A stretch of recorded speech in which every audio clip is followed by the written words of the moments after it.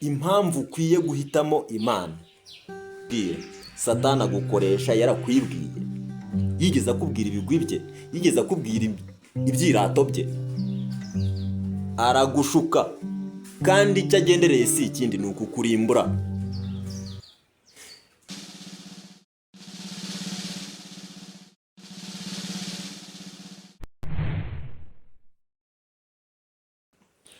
Ndagushimiye wowe ubana natwe kuri The Gospel Hill. Ndabashimiye kandi mwebwe mwese mwadushyigikiye iminsi yose tumaranye. Imana ibahe umugisha. Twabanye igihe kirekire, igihe kinini cyane tuganira ku ijambo ry'Imana. Uyu munsi turagarutse kandi kugira ngo twongere dusangire ijambo ry'Imana, twumve icyo Imana ivugana natwe muri iyi minsi, twumve icyo Imana iganira ishaka ku mitima yacu. Reka dusangire ijambo ry'Imana dusanga mu gitabo cy'Itangiriro ibice 18. Turasoma umurongo wa 13. Itangiriro 28 umurongo wa 13 haranditse ngo kandi Uwiteka yarahagaze hejuru yarwo aramubwira ati, ndi Uwiteka Imana ya sogokuru Aburahamu, Imana ya Isaka, iki gihugu uryamyeho nzakiguha ubwawe n'urubyaro rwawe. Dukomeze kandi turebane ijambo ry'Imana mu gitabo cyo Kuva igice cya 3 umurongo wa 13 n'uwa 14.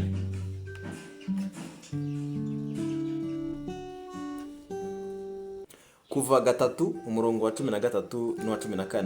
Mose abaza Imana ati, ningera ku Bisirayeli nzababwira nti Imana ya basekuruza banyu yabantumyeho. Bakambaza bati, yitwa nde? Nzasubiza iki?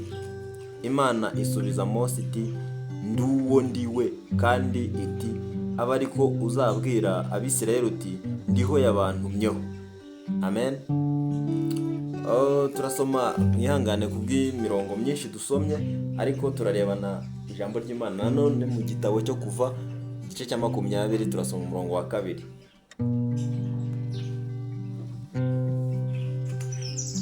Kuva igice cya 20 ku murongo wa 2 haranditse ngo, ndi Uwiteka Imana yawe yagukuye igihugu cya Egiputa mu nzu y'uburetwa.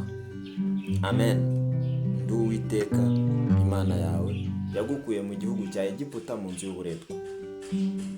Yesu ashimwe kandi Imana yacu ihabwe icyubahiro. Tugiye gusangira ijambo ry'Imana, dusomye imirongo itandukanye ariko yose ihurira ku ijambo rimwe, ijambo ryitwa kwivuga. Imana ubwayo irivuga, irisobanura, yibwira abantu bayo. Amen. Uzi ko iyo igiye kugukoresha, iyo igiye kuguha umuhamagaro, iyo igiye kuguha message utanga, ibanza ikakwibwira. Ntabwo mwakorana mutaziranye. Nanjye ku ruhande rwanjye nitwa Prote, nkaba ari igihe dusanzwe tubana kuri The Gospel Hill. Ndabashimiye ko mwakomeje kubana natwe. Imana ibahe umugisha. Tugiye kurebana ijambo rivuga ngo impamvu ukwiye kugumana Imana, impamvu ukwiye guhitamo Imana. Mu isi y'umwuka hariho ubutware bubiri, ubutware bw'umwijima ndetse n'ubutware bw'umucyo. Ubutware bw'umwijima umuyobozi wabwo nta wundi atari Satani. Ubutware bw'umucyo umuyobozi wabwo turamuzi twese, ni Imana ishobora byose. Niyo ijya yivuga, ikivuga mu izina kandi ikavuga n'imirimo ikora, ikivuga n'ibigwi byayo. Ariko kandi ntitwirengagize, niyo muremyi wa byose, niyo yaremye ibiriho byose. Hari ibintu wumva nawe ugashyira mu bwenge ugasanga biratandukanye cyane.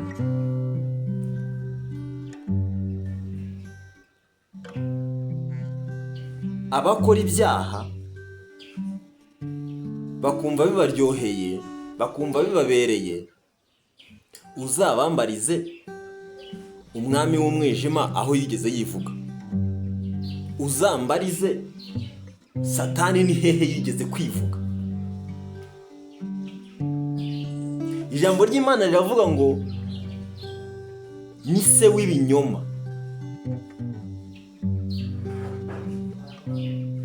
nta kuri agira, iteka ryose ahorana ibinyoma.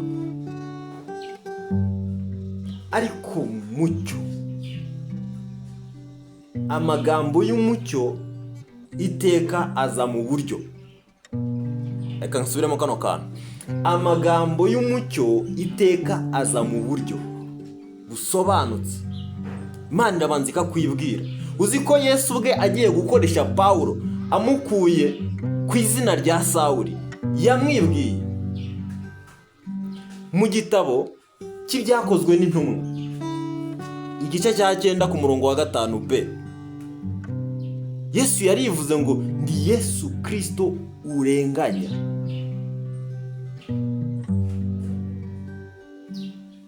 Arabanza arivuga, yibwira abantu bayo. Uzi ko Imana ijya guha Abisirayeli amategeko yayo 10, yarabanje irabibwira mu gitabo cyo Kuva, igice cya 20 ku murongo wa 2. Nta kindi gikurikiraho, nuguhita yarabanje irabibwira, hanyuma ikurikizaho kubaha amategeko yayo. Yigiye kugukoresha irabanza ikakwibwira. Satani agukoresha yarakwibwiye, yigeze akubwira ibigwi bye, yigeze akubwira ibyirato bye, aragushuka, kandi icyo agendereye si ikindi ni ukukurimbura. Mu ijuru niho hasigaye ijambo rivuga ngo genda wasi wugushije ishyano, kuko umanukiwe n'umujinya mwinshi.